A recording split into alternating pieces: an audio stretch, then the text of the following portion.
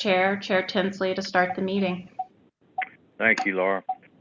Good afternoon and welcome to the Telephonic Finance and Audit Committee meeting for August 2nd, 2022. The time is 2:00 p.m. Notice of this meeting was provided to the Secretary of State as required by the Texas Government Code. Please note the audio of this meeting is being broadcast live. Before we take roll call, I'd like to remind everyone to please mute your phones unless you need to speak. Laura, let's begin with a roll call. Okay, I'll start with Regent Tinsley. Here. We have someone getting out of the vehicle. I think if you could hit *6, that would be great. Okay, I have Regent Tinsley. Regent Austin. Present. Regent Crane. Present. Regent Scott. Present. I see we also have Regent Flores. Yes, present. Thank you. And do we have any other regents on the call? Okay, I'll move down to the system staff, starting with Chancellor McCall. Present. Daniel Harper. Here. Carol Fox. Here. Sean Cunningham. Here. Derek Alexander. Here. Nellie Herrera. Here. Pierce Mitchell. Here. Kelly Winnemute. Here. Ashley Spicer Reynolds. Here. And do we have any other system staff? Thank you. I'll move to the institutions, beginning with Lamar University. This is Jaime Taylor, and Jamie Larson is also here. Thank you, Dr. Taylor. Sam Houston. Elisa White. And Amanda Withers. Thank you. Sol Ross. Carlos Hernandez, and I'm joined by Bonnie Albright. Thank you. Texas State. Hi, this is Kelly Damphus. I'm here. And Eric Algo. Thank you, Eric. LIT.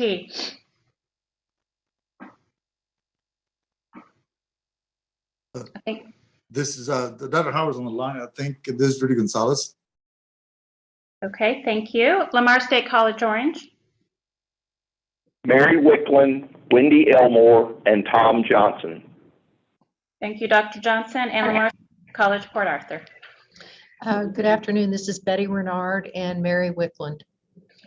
Thank you. And did I miss anyone on roll call? Okay, Chair Tinsley. Thanks, Laura. Daniel, Carol, and I had an opportunity to review the agenda prior to today's meeting. At this time, I'll turn the meeting over to Daniel, who will present the Finance and Audit Committee agenda items. Daniel? Thank you, Chairman Tinsley. We have 6 items today: the fiscal year 23 operating budget, the fiscal 23 audit and compliance plan. We have 1 informational item and 3 consent items. The first item is found on page 105 of the materials. It's the TSUS operating budgets for fiscal 23. This item requests approval of the components fiscal 23 operating budgets. The submission includes a narrative summary, the consolidated numerical summary, detailed tables of the state funds, designated funds, auxiliary funds, a supplemental schedule for athletics and student fees, or student service fee, and a matrix of the operating expenses broken down by the various categories. The proposed budget of $1.47 billion in revenues is 1.1% larger than the previous adopted budget for fiscal 22. Shown on page 105, you'll see that the estimated revenue again is 1.47, estimated expenses 1.35. We have net transfers of $150 million, and those are predominantly related to debt service and higher education funds for construction. And then we have a targeted use of fund balance just around $35 million. This is again predominantly associated with Texas State funding its scholarship program, which I'm optimistic that enrollment increases will help offset that.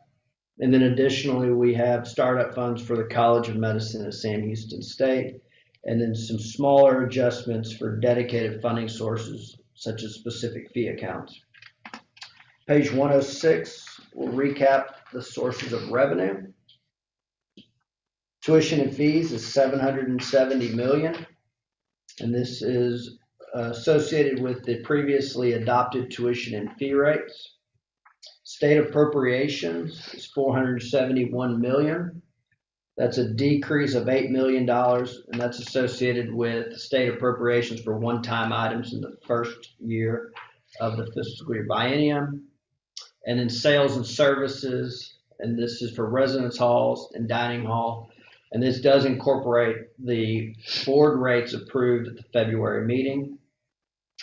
Page 107 recaps the expense categories. 46% of our funds, $630 million, go directly to academic and instructional support, with the remainder of the funds supporting the overall mission of the institution. Regarding the scholarship and fellowship line, I'll note that this does not include the impact of tuition exemptions and other restricted funds such as Pell, and those are estimated north of $400 million for the previous year. And then 60% of the funds, $820 million, are associated with payroll and benefit related expenses. Mr. Chairman, that's the high level overview. And at this time, I'll ask each of the institutions to give a brief overview of their fiscal 23 operating budget, starting with Lamar University on page 123. Dr. Taylor? Thank you very much, Vice Chancellor Harper. I'll make a couple of bulleted points here. So Lamar University's FY 2023 budget development was guided by the forecast of enrollment, revenue, and expenditures, balance and compatibility with funding, and compliance with Texas State University system and Board of Regents rules and regulations. Lamar University has undertaken a significant number of steps to reduce its operating costs and better manage its budget. This has resulted in the university being able to go from approximately 1.5 months of reserves to over 3 months of reserves during the past 2 years, doubling our reserves. This is a critical accomplishment due to the fact that in this part of Texas, we have concerns due to the impact of potential natural disasters on our region and the need to have cash on hand to immediately respond and recover. Also, we have concerns from other changes occurring in higher education, such as enrollment trends associated with population demographics and movement from on-campus enrollment to online enrollment. Lamar's financial health has stabilized, and while we have prioritized continuing toward our goal of accumulating 5 months of reserves, which is the amount recommended by the National Association of College, University, and Business Officers, NACUBO, we will be investing in some strategic initiatives that we consider to be key to our future financial health and well-being.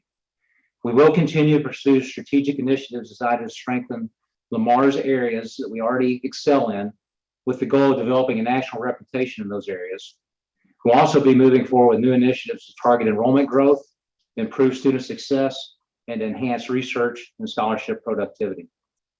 We will continue to focus on college affordability while meeting the need to manage on the ongoing maintenance of aging facilities and infrastructure and planning for increased cost and utility insurance.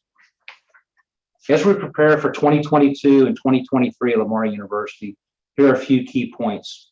Our on-campus international enrollment increased by 66% for the FY22 year, largely due to Lamar University's reputation in the international community for having a very strong engineering and computer science program. Based on current admissions data, Lamar University is projected to see another increase of 15% in international enrollment for fall of 2022, with over 900 international students primarily enrolled on campus in our STEM graduate programs. We expect a stable residential enrollment to materialize during the upcoming year, and we see no increases in designated tuition and fees. None of these were considered for the FY 2023 budget. However, a modest increase for room and board was budgeted for the coming year to offset inflationary impact on housing and food services. And that's it, Vice Chancellor Harper. Thank you, Dr. Taylor. Unless there's any questions, we'll move on to Sam Houston State University, which is on page 142. Dr. White? Thank you, Vice Chancellor. I've asked Amanda Withers, our interim Vice President, to present. Thank you. I am pleased to submit our $426 million annual operating budget for fiscal year 2023 as shown on page 144. This budget includes our education in general, designated and auxiliary enterprises, and is balanced between revenue and expenses with supplements from fund balance reserves. Sam Houston's enrollment decreased during the fall 2021 semester at a rate of 1.4% for a total of 21,612 students. We took a conservative approach to our proposed budget, and we used that slight decline in enrollment for our base. We recognize that there is unpredictable economic impacts on student attrition and new student enrollment. However, our current indicators, although preliminary, point to a healthy increase in student enrollment for the fall 22 semester. If these indicators develop, the university will be in a strong position to react positively to the growth in alignment with the university's strategic priorities and plan that is currently being developed. Shown on page 145, you'll see that the university's appropriated general revenue for 2023 has an overall decrease of approximately $750,000. This includes a decrease of $1.1 million in matured tuition revenue bonds, accompanied by an increase of $350,000 in state fringe benefits. The major budgeted initiatives that we are pursuing in fiscal year 2023 include support of our athletics program as we join Conference USA in July of 2023, support for increased operational costs such as insurance, utilities, and continued investment in the retention development of faculty and staff, as well as our on-campus facilities. Additionally, we will see continued support for the successful growth of the College of Osteopathic Medicine that Vice Chancellor Harper mentioned. We are excited to welcome our largest cohort of 150 students this fall. Sam Houston State University's financial strength and enrollment, even though we saw semester credit hours decrease slightly, continues to demonstrate healthy patterns, and we will close fiscal year 2022 in a strong financial condition. The proposed budget for the coming year provides a sound foundation to support that continued growth and the success of our students, faculty, and staff. Thank you for your time. Thank you, Dr. White and Ms. Withers. Unless there's questions on that, we'll move on to Sul Ross State University, which begins on page 166. Dr. Hernandez? Yes, good afternoon. I'm going to be asking Bonnie Albright to present our budget for your consideration. However, I want to make a couple of comments. We too took a fairly conservative approach to our enrollment estimates. However, our indications are that we're in all likelihood going to enjoy some recovery from past erosions, and look forward to that materializing in the fall. With that, I'll turn it over to Ms. Albright. Thank you, Dr. Hernandez.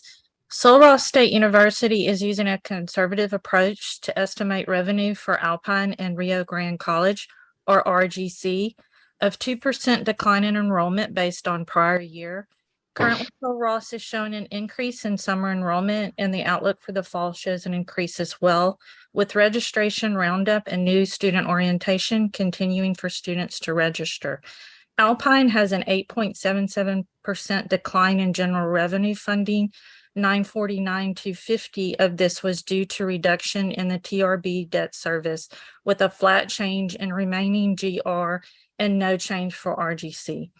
These funds represent formula funding, debt service, research, and non-formula support. Statutory tuition and fees for Alpine decreased by 5.09% and RGC by 3.8%. These funds are used to support faculty, staff, and administrative salaries. The performance-based funding for at-risk students at comprehensive regional universities is being utilized to support the estimated decline in revenue for Alpine. Appropriations increased 1% for Alpine and 1.3% for RGC to fund benefits for employees. The higher education fund remains at $2.6 million in total for both campuses to support the library, information technology, and campus renovations. To remain conservative, only a few initiatives are being put in place as to focus is to increase enrollment, but also noting the importance of taking care of students, faculty, and staff. Sul Ross State University is providing an increase in adjunct and overload pay. These rates have not been adjusted in many years, and the increases are a first step towards aligning Sul Ross per course rates with the regional and statewide market trends. Security is important for our students, faculty, and staff. A replacement door locking system will be procured and installed during this fiscal year. Sul-Ross has recently experienced a prolonged period of decline in enrollment. Designated tuition and fees reflect an additional estimated decline in enrollment of 2% for Alpine and RGC. The additional decline resulted in an overall decrease of 21.46% budgeted for designated tuition and fees revenue, including reserves for Alpine, and 11.29% decrease for RGC when combined with actual declines experienced in fiscal year 22. Reserves budgeted last year to help fund support provided by outsourced vendor to cover key unoccupied positions is no longer needed. Auxiliary fee revenue was decreased by 2% for Alpine and RGC based on the same conservative enrollment estimate mentioned. Estimates included board-approved increases of 9.55% for Alpine and no change for RGC overall. Housing reflects a conservative estimate and decreased by 26.35% based on current predictions from the department. Dining increased by 24.66% to align with the current revenue collections. Budgeted fund balance for Alpine are utilized for student support, housing to cover the decline, student service fees to help support additional student support for Alpine and for RGC, and additional support for athletics. Sul-Ross is pursuing retention and recruitment initiatives in an effort to stabilize enrollment trends, including increasing brand recognition, reinstating regional recruitment efforts, post-COVID restoration of student engagement activities, new marketing plans, and new program development. Finally, we are engaging in a university-wide culture initiative to create a frictionless experience for students, faculty, and staff, and developing a strategic plan that embraces a student-centered cultural experience. Thank you. Thank you, Dr. Hernandez and Ms. Albright. Next is Texas State University, which begins on 196. Dr. Dampus. Thank you, Vice Chancellor Harper. It's my pleasure to present Texas State University's proposed budget for fiscal year 2023. Texas State University's goal for the coming year remains to be focused on conservative planning while investing in our future and our students' success. Our investment in the future is evidenced by the fact that this budget that we submitted for your consideration this year requires an almost $14 million use of reserves to balance. I'll talk more about why that number is so high in a few moments, but I do want to share some numbers with you. Our proposed FY23 budget includes no increase for tuition and fees, and it recognizes the revenue impact of a slightly lower enrollment than we had last year. The budget represents an overall increase in planned expenditures across all funds of $31.6 million, which is 4.05%, which is mainly attributable to increases in financial aid expenditures. The budget also includes $2.2 million in additional funding for faculty positions. The majority of those are associated with starting new academic programs to grow enrollment. The FY23 budget, for example, includes monies available for new academic program costs in 8 new programs, including a PhD in applied anthropology and new bachelor's degrees in civil engineering and mechanical engineering, being among the highest requirements of the increase to the budget. The budget also includes an increase of $1.6 million for contractually obligated inflationary costs in information technology, utilities, insurance, maintenance, and custodial services. We also continue to boldly invest in making Texas State more affordable to our students, which is the main reason behind the use of the reserves that I mentioned earlier. This requested budget includes an $11.6 million increase in financial aid to support student success, which is part of a $50 million permanent increase in financial aid that we're spreading out over 4 years. This is the second year of the commitment, which started last year, which will triple the merit-based aid available to our freshman class to roughly $15 million every year. This budget also includes a new program to offer over $2 million in financial aid to transfer students, which we've not done in the past. Finally, in regards to expense increases, the budget includes an additional $1.2 million for employee benefit costs, largely associated with increasing number of retired employees and a TRS rate increase to our retirement plan contributions. While much remains uncertain about the future, we have reason to be optimistic about our enrollment growth. Early indications suggest that our bold increase to financial aid and improving recruiting efforts are materializing for a record freshman class at Texas State. We're currently sitting year-to-date comparison about 31% ahead of last year in freshman enrollment and about 4% ahead in student credit hours. And so we are seeing the benefits of our financial aid packages playing out in reality here. We continue to plan for growth and key strategic initiatives for future budget years. We believe that we will return to a balanced budget within 3 years. We are confident that we continue to be a destination of choice for high school students. We are currently the third most applied to institution in the state of Texas, behind only UT Austin and Texas A&M College Station. Thank you for the opportunity. I'm happy to take any questions. Well, thank you, Dr. Davis. Next is Lamar Institute of Technology on page 215. Good afternoon. This is Rudy Gonzalez, Vice President for Finance and Operations. Chair Tinsley, Regent Austin, Regent Crane, Regent Scott, Dr. McCall, and Daniel Harper, and Regent Flores. Thank you for giving us the opportunity to briefly summarize LIT's fiscal year 2023 budget. LIT's total fiscal year 23 budget is $37,777,359. This is compared to the $34,320,148 for fiscal year 22.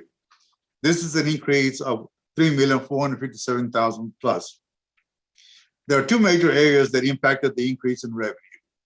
LIT's revenue increase in both educational and general funds, and the designated revenue, which is our local funds. This is due to the increase in enrollment, approximately $1.5 million from there. The other area that impacted, had a major impact on our revenue is the increase in revenue to the budgeted use of the HEAP fund balance, approximately $1.8 million there. On the expenditure side, we also had two areas that impacted our expenditures, major areas. One is the increase in HEAP funds, like I mentioned earlier. LIT wants to make the campus a healthier environment by providing direct outside air systems, replace air handling units, install ultraviolet devices in air handling units, upgrade control systems and indoor-outdoor lighting retrofits, and also replacing the locking systems that we have right now. The other major impact that impacted our expenditures was the increase in instruction support. We have budgeted over $900,000. This increase is due to support multiple new programs starting this fall and spring semester. This concludes my report on the LIT fiscal budget. Thank you, Mr. Gonzalez. Next, we have Lamar State College Orange on page 231. Dr. Johnson. Yes, sir. Thank you very much. We appreciate this opportunity to submit our budget. The proposed budget encompasses the educational and general designated and auxiliary funds for the college. Our academic enrollment for FY22 remained fairly flat from 21, with the exception of summer, where we saw a 7% increase in contact hours. Accordingly, we used FY2022 actual budget as a basis for predicting revenue to expect in 23. The college continues to expand our outreach efforts to Southeast Texas and Southwest Louisiana with exemplary learning opportunities. In the FY23 budget, it remains flat. The FY23 budget emphasizes expanding our programs and beginning new programs. The campus's main emphasis is on boosting enrollment through aggressive outreach to our surrounding communities. The FY23 budget includes an increase in state formula funding that reduced the cost to our students for lower tuition and fees and provided state resources to cover operational costs, wages, and benefits. Our HEAP funds is budgeted for debt service of $231,000 and capital equipment of $407,656. The balance of our HEAF appropriation is reserved for future capital projects. With the increase in state formula and the additional parity funds, some operating expenses were moved from designated tuition and computer use fee to E&G funds. With the workforce, which is the non-credit, those programs have been flourishing. In fact, we doubled from last year from 626 to 1,228 enrollment in our workforce. So we were able to fund any of the shortfalls that we had in projected revenues. The student service fee hearing was held in May, and the student organizations were able to request what will be needed for the 23 fiscal year. Budgets within auxiliary and fund type remain flat, and some were reduced. The budget in auxiliary consists of transfer from institutional service fee of $191,996. And in conclusion, the new changes in funding, tuition rates, buy one, get one free offers, our college has seen positive trends in enrollment growth. Lamar State College Orange remains in sound fiscal condition, and we have adequate resources to maintain our commitment to quality instruction and support services. We continue to have adequate financial reserves to handle any anticipated contingencies. Thank you, Vice Chancellor Harper. Thank you, Dr. Johnson. Well, next we have Lamar State College Port Arthur, and that begins on page 248. Good afternoon. It's my pleasure to present Lamar State College Port Arthur's budget for the upcoming year. As we end fiscal year 2022, during the summer we experienced a 30% increase in summer headcount with a matching 13% increase in contact hours. That increase was, as Dr. Johnson previously said, same thing on our campus, a result of some free classes that students were able to enroll in. Although our budget was based on FY 2022 actual revenues, we actually expect to exceed those budgeted numbers in fiscal year 23. In terms of our education and general education funds, the total revenues related state appropriations reflected a 5% decline. That decline was attributed to the reduction in funding related to the debt service, as well as a $1 million appropriation provided by the legislature for the purchase of a very large generator.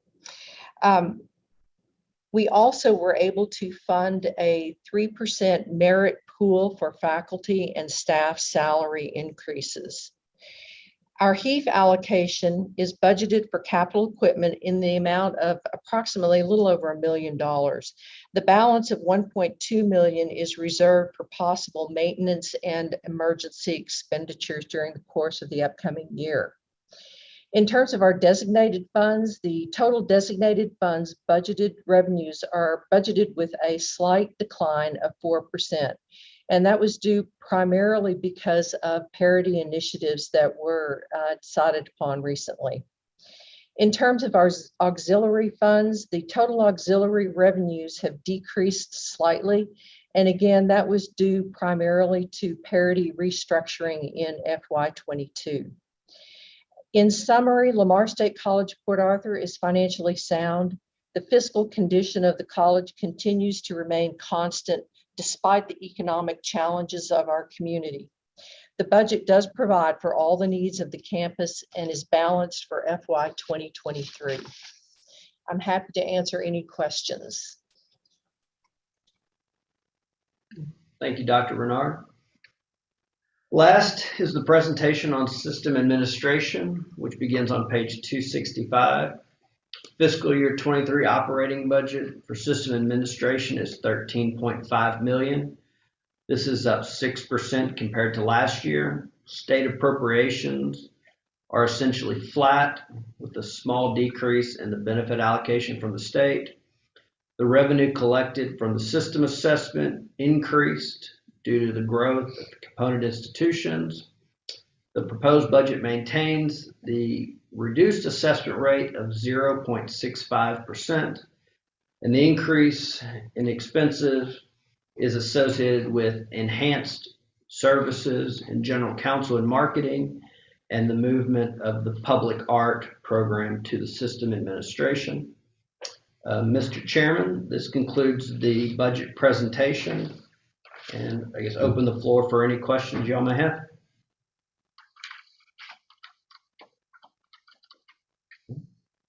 Hearing none, the next action item is on page 277, and this is the TSUS Fiscal Year 23 Audit and Compliance Plan, and I will ask Ms. Fox to present this item. Thanks, Vice Chancellor Harper. The audit and compliance plan that appears in the board book documents the functional areas the Office of Internal Audit intends to devote resources to during fiscal year 2023. The plan is divided into 3 categories: statutory activities, which really don't need any explanation. These are projects required by law for all institutions in system administration. Risk-based activities are those projects identified at the components and system administration during the annual risk assessment process that we just completed. Lastly, other activities include those required by grant agreements for third parties, consulting and advisory services, special projects such as time-sensitive management requested reviews or investigations, and other activities that will assist management in mitigating risks.